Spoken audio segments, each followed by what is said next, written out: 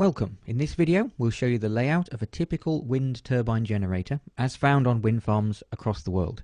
Now, exact designs do vary, but almost all the turbines in use today are horizontal axis machines, which have a three-bladed rotor spinning in a vertical plane attached to the front of a box which we call the nacelle, after the fairing around an aircraft engine.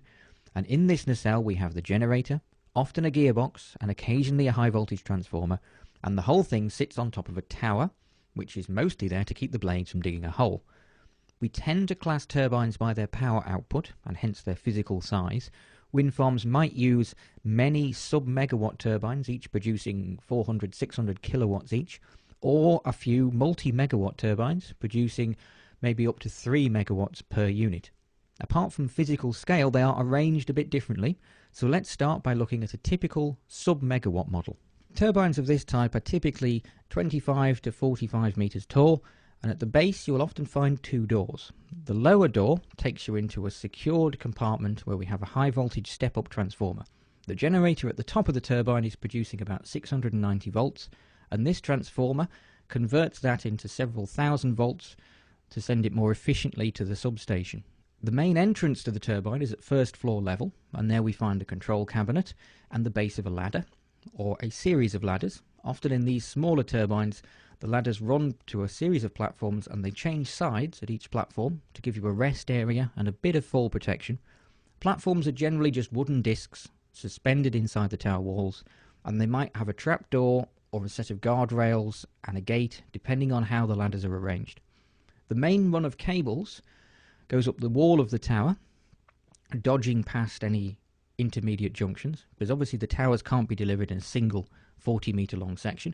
They come in 20-meter long sections that are bolted together with a lot of nuts and bolts. But as we move higher and higher through the platforms, they're getting slowly narrower and narrower, so the ladders are getting a little bit closer together. But eventually the main cables stop being attached to the wall and they hang freely in the center of the tower, so they can twist as the nacelle rotates to face the wind. If they twist too many times, the nacelle will spin itself around to remove the twists. But as we move up, now the cable goes through a hole in the center of each platform, and at the top of the tower we have a steel platform with a sealed trapdoor, which we call the yaw platform. Just above that we have the yaw ring with the bearings that allow the nacelle and the rotors to rotate around to face the wind.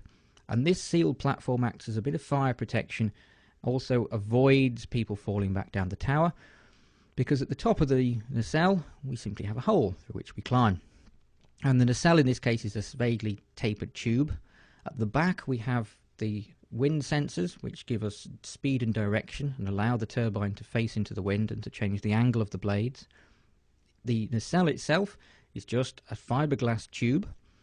At the front we have a similar fiberglass cowl protecting the hub, which is a steel casting on which we have bolted our three blades, and the blades can turn or pitch so that the angle they form with the wind can be varied.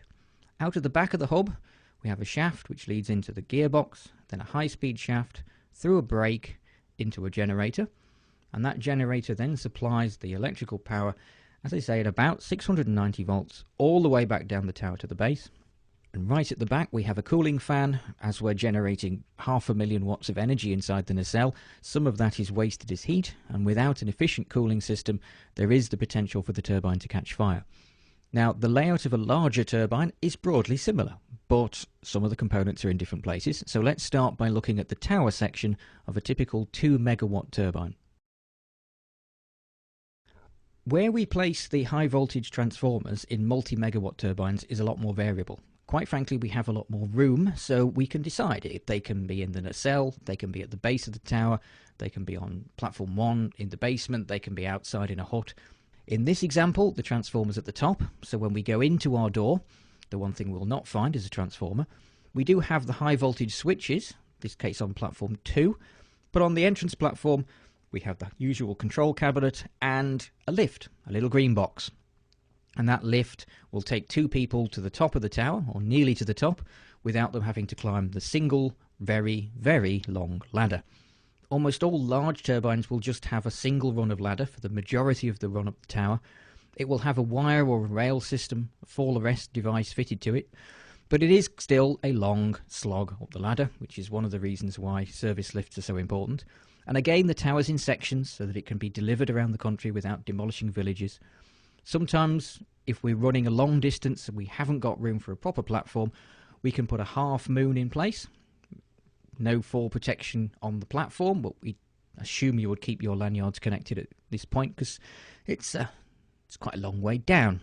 The cable again breaks free from its mounting and hangs in the centre of the tower for the last 10-20 metres or so that it can rotate as the nacelle yaws into the wind, and the lift eventually runs out of space. Remember, the tower is getting narrower and narrower as we get to the top, so the lift tends to park itself about half a platform from the top, and we have a normal ladder which then leads to the yaw platform, and then it starts looking very much like the smaller turbine did. We have a yaw ring bolted to the underside of the nacelle, joining it to the top of the tower. Series of disc brakes run around that yaw ring to lock it in position when the wind isn't changing direction, and when it is, we have a series of either electric or hydraulic motors that rotate the entire mechanism around on the top of the tower. The layout of a multi-megawatt nacelle is again more variable than for a smaller version. We always have to have a generator, but we may not have to have a transformer. In a few cases, such as the famous Enercon egg-shaped nacelle, we don't even need a gearbox. They're direct drive. We just have a shaft linking to a motor, and then lots of extremely complicated electronics to condition that power for connection to the grid. But in most cases, we need the same as we needed in the small turbine: gearbox, generator, possibly a transformer, all in a fiberglass box. And in our example, we're looking at a typical design used by a number of manufacturers where we have a nacelle that's 3 metres high, 2.5 metres wide, 7 or 8 metres long. It's a fiberglass box about the size of a site hut. As before, we have our wind sensors on the roof as far away as possible from the dirty air cast off by the blades as they spin round. This design is just a fiberglass box with a flat roof. We access the roof through a couple of skylights. Some designs are like before, big cylinder with 2 opening doors. Some have an entire roof section which opens, rather like an old camper van. If we take the skin off the box, inside we have the same kind of components we had before. They're just bigger, and there's a little bit more room, so they're laid out a bit differently. The only additional component up here is those 3 green cylinders at the back. That's our high voltage transformer, which used to be at the base of the tower. Now, we've removed a lot of the control systems and the hydraulic systems that would just clutter up the pretty picture. We've added in a bloke for scale, but most of the big components are still here. If we look at the very front of the nacelle, we have a couple of bearings which support the main shaft, which is a hollow tube, 50, 60, 70 centimetres in diameter. It's hollow so that we can get electrical cables in through this main shaft into the hub to drive all the control systems inside the hub. And we have a couple of pins on the first bearing that lock the main rotor in position if we need to access the hub. It's a safety feature. If you're in there and it starts rotating, it gets scary. So our main shaft drives our gearbox, which is mounted centrally because it's often the heaviest component. Out of the back comes a high-speed shaft, as before. That's where the braking system is. High-speed shaft then drives the generator, which is usually oil-filled. The generator then supplies 690 volts, in this case into our transformer, which is sitting right next to it. That high-voltage signal then passes through the switchgear and the cabinets, down the dropper cable, straight down to the bottom of the tower, through those switches on platform 2 and off to the substation. And that, as an overview, is pretty much all there is to it. The only thing left to talk about are the blades, obviously, which actually do the work. We still have 3 of them. They still pitch, in other words, they twist on themselves to line up with the wind.